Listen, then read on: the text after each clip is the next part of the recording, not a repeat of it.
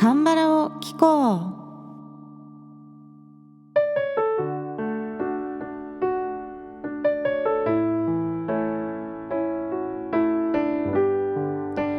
皆さんこんにちは。안녕하세요。風花です。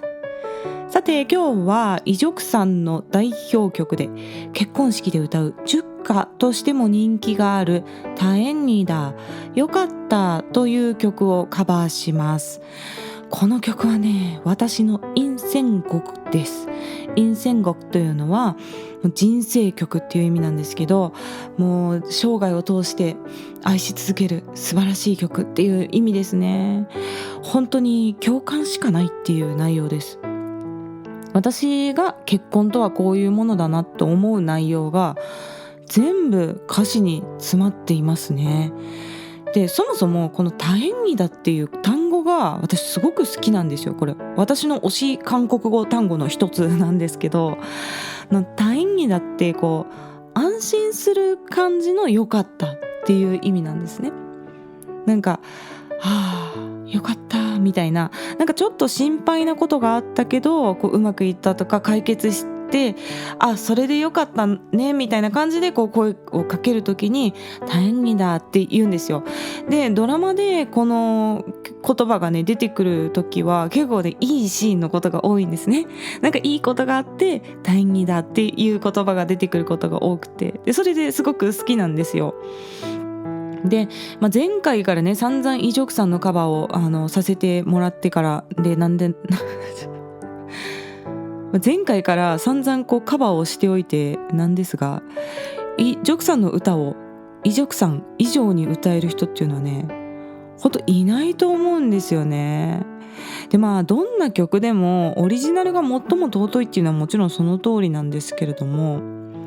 特にイ・ジョクさんの歌はもうイ・ジョクさんの声じゃないと成立しないんじゃないかと個人的には感じています。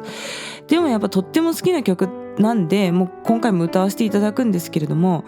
ぜひ皆さんにはねこのタエンニダもまず原曲を聴いていただきたいですね。でイ・ジョクさんはソウル大学在学中にデビューされたという話を前回紹介しましたが、とても優秀な方でしてね、イ・ジョクさんも日本語が堪能なんですよ。でソン・シギョンさんと同じように日本語検定1級に合格されているんですね。ほんとすごいですよね。第一線で歌手活動をしながら勉強して結果もしっかり出すっていうね。もちろんねもう地頭がいいって言ったらあれですけど、なんか頭の良さっていうのももちろんあるんでしょうけど、どんなに優秀な人でもやっぱり語学ってこなした量がものを言うっていうところがあると思うんですよ。どんだけ頭が良かったとしても出会ったことがない単語は絶対知らないので、だからやっぱり忙しい中かなりの努力をずっと続けてこられたっていうことだと思いますね。やっぱこの1級取れるっていうのはすごいことだと思います。そして、イ・ジョクさんは2018年韓国デビューからの23年目の年ですね。この年に日本デビューもされております。40代になってベテラン的レジェンド的な存在になるっていうんじゃなくて、常に新しいことに挑戦していきたいという気持ちから日本進出をされたそうで、この時ね日本語でのインタビューも通訳なしで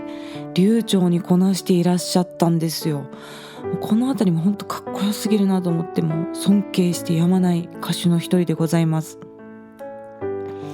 今日はね歌詞をたくさん紹介したいので早々に曲の話に入っていきますが、このタエンニダよかったという曲はイ・ジョクさんが自分自身が結婚される前に奥さんに送られた曲だそうです。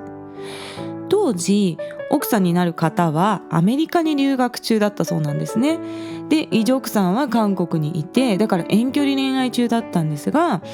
イ・ジョクさんがこの曲がバッと降ってきてできて、で奥さんに新曲ができたから聴いてって言って電話で歌ってね聴かせたそうなんですよ。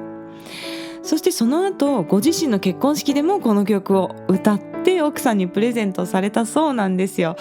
そしたら、その話を聞いたら、奥さん号泣だったんじゃないかなと私は思ったんですけれども、意外にも奥さんはニコニコと微笑んで聞いていらっしゃって、歌っているイジョクさんの方が泣いてたらしいです。いや面白いですよねこれね。きっと歌ってて本当感情が溢れ出してきたんでしょうね。いやそういう曲だと思います。でもねこれすごくよくわかるんですよね。で私も自分のオリジナル曲を書くことがあるので、曲が降ってくる瞬間ってあるんですよ。で私は何気なくシャワーを浴びてる時にメロディーと歌詞が水と一緒に降ってくるみたいなトーンと脳に舞い降りるみたいな瞬間があって、これをね数回経験したことがありますね。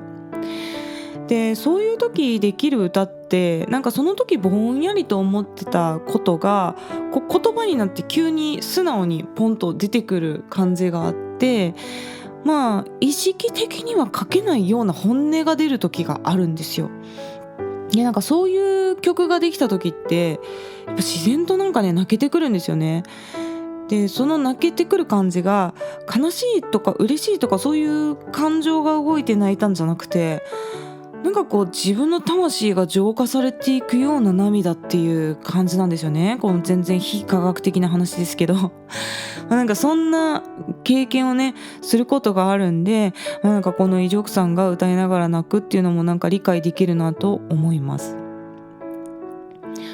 音楽をねやっぱ仕事としてやっていくためには売れなきゃいけないっていうのがあるじゃないですか。音楽が売れなければやっぱり商売としては成立しないっていうところがあるので、世の中にはやはりいわゆる売れ線的な、これ売れるって分かってて書いてるなって感じ取れてしまう曲も正直あるっちゃあるんですよ。それでもメロディーとか歌詞が素晴らしくて大衆に受け入れられていたら、それもまたもちろん名曲だとは思うんですけれども、今日紹介するイジョクさんの大変にだよかったっていう曲は本当に本人がそう思って書いてる曲だっていうのがもうビシビシ伝わってくるんですね。もう本人の心からの言葉で書かれていると、この曲がね本当に魅力的なのはそこだと思います。もう心からの言葉で書かれてるっていうのがもうこの曲の最大の魅力だと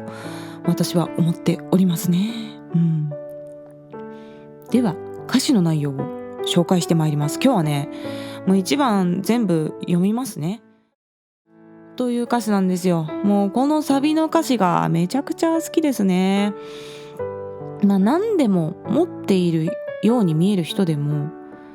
その人にはその人の地獄があると思うんですよ。イ・ジョクさんのようにもうソウル大学入れるぐらい頭が良くて、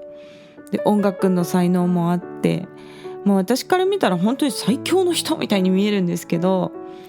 でもきっとイ・ジョクさん自身も嵐の中に放り出されるような辛さ、そしてその辛い時間を一人で耐えなきゃいけない孤独っていうのを経験したことがあるからこそこの歌詞が出てくるんだと思うんですね。それからこの無意味ではなかったっていう表現があるんですよね。変요無意味한 일이 아니라는 게、この無意味ではなかったことがっていう表現がねとても好きです。で最初にこの曲を聴いた時結構知らない単語だらけでこの無意味の部分しか私聞き取れなかったんですけど、もうこの部分をね意味があったっていう風に美化しすぎないところが好きなんですよ。辛いことがあってあの辛さがあったから頑張れたんだって言って辛いことを原動力にして肯定できるっていうのはもちろん素晴らしいことなんですけれども、生きていく上で本当にどうにもならなくてただただ辛いだけで何にもつながらないっていうことも、時々経験するんですよ。長い時間を置いたらね糧になるのかもしれないんですけれども、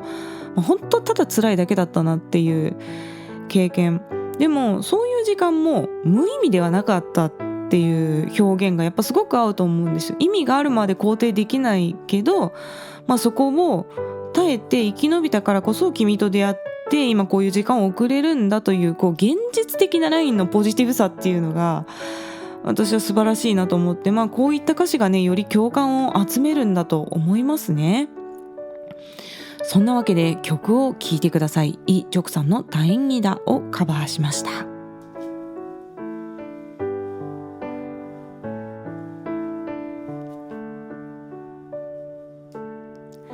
はい、いかがでしたでしょうか。この曲はね、音域はそんなに広くなくて、高すぎず低すぎずで歌いやすい曲なのでカバーしやすいと思います。でもしチュッカを歌う予定がある方いらっしゃったら、この曲最もおすすめの一曲ですね。ぜひご検討してみてください。さて、今週はイジョクさんウィークでお届けしてまいりました。今日同じ時間に YouTube に歌唱動画が上がります。YouTube は韓国語歌詞の下に日本語訳を表示するように編集しておりますので、歌詞を見ながら聞いてみたい方はぜひこちらもよろしくお願いします。概要欄の質問箱からメッセージや質問、リクエストなどぜひ気軽に送ってください。日本語でも韓国語でも大丈夫です。ではまた次の放送でお会いしましょう。さようなら。